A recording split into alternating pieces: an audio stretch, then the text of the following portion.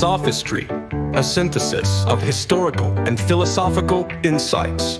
Sophistry refers to the use of clever but misleading arguments, often designed to persuade rather than to seek truth, originating from the sophists of ancient Greece. The term initially described a group of itinerant teachers who specialized in rhetoric, debate, and the art of persuasion. Figures like Protagoras and Gorgias were renowned for their ability to argue any side of a case, emphasizing the power of language and the relativity of truth.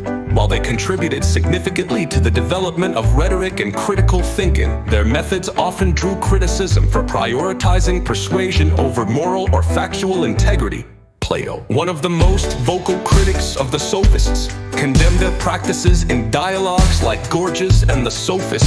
He accused them of using rhetorical tricks to manipulate audiences, arguing that their relativistic approach undermined the pursuit of objective truth and moral virtue. For Plato, sophistry represented a dangerous divergence from genuine philosophy, which sought wisdom and ethical understanding. Aristotle, in his rhetoric, further distinguished between legitimate rhetorical techniques and deceptive ones, emphasizing the importance of logic, evidence, and ethical persuasion. In modern contexts, sophistry remains a relevant concept, often associated with manipulative discourse in politics, advertising, and media. It manifests in the form of fallacious reasoning, emotional appeals, and the deliberate obscuring of facts to sway public opinion.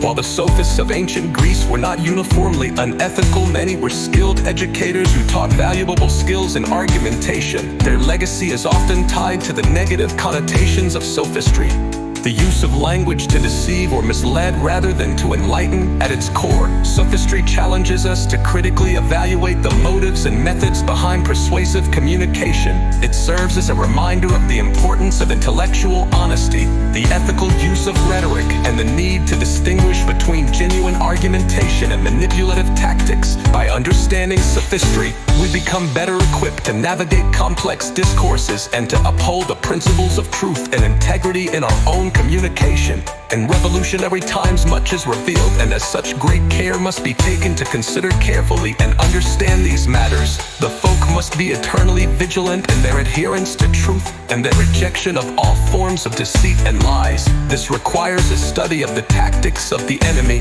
The few can only control the many by force or by deceit. We face a combination of both, as the Jew uses divide and conquer methods to have proxy forces fight on their behalf. Our cause of the preservation of the white race and the governance of National Socialism under God's natural law is ours, and ours a law.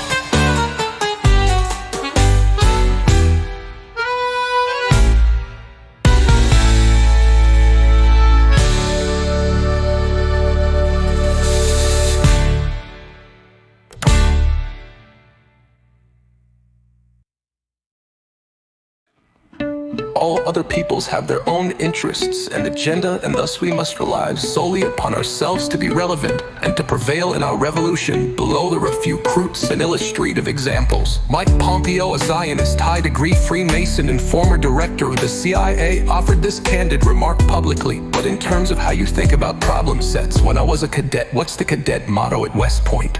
You will not lie, cheat, or steal, or tolerate those who do. I was the CIA director. We lied, we cheated, we stole. It was like we had entire training courses given during a speech at Texas A&M April 2019, a prime example of kosher Masonic morality. The end justifies the means, and it can't be wrong if we are doing it. If we take in our hand any volume of divinity or school metaphysics, for instance, let us ask, does it contain any abstract reasoning concerning quantity or number? No. Does it contain any experimental reasoning concerning matter of fact and existence? No. Commit it then to the flames, for it can contain nothing but sophistry and illusion. David Hume, founder of empiricism.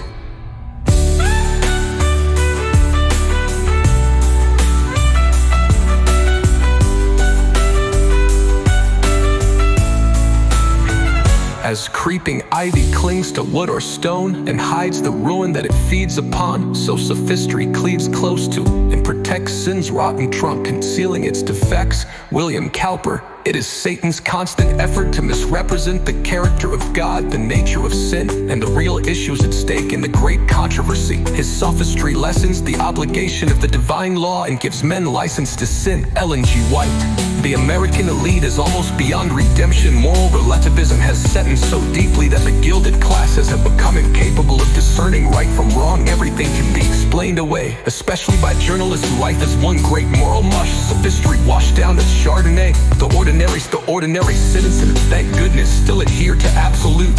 It is they who have saved the republic from creeping degradation while their betters were derelict. Charles Dickens. Don't try to cover your mistakes with false words, rather correct your mistakes with examination. Pythagoras. Learn well the wicked ways and beguile the minions of the kosher beast, for they are trained and practiced in deceit over the common folk. The folk must strive to read and learn daily, listen and consider the wise counsel of their elders, and think ye carefully and critically before reacting emotionally. Let reason and principle be your guide under natural law and the grace of God.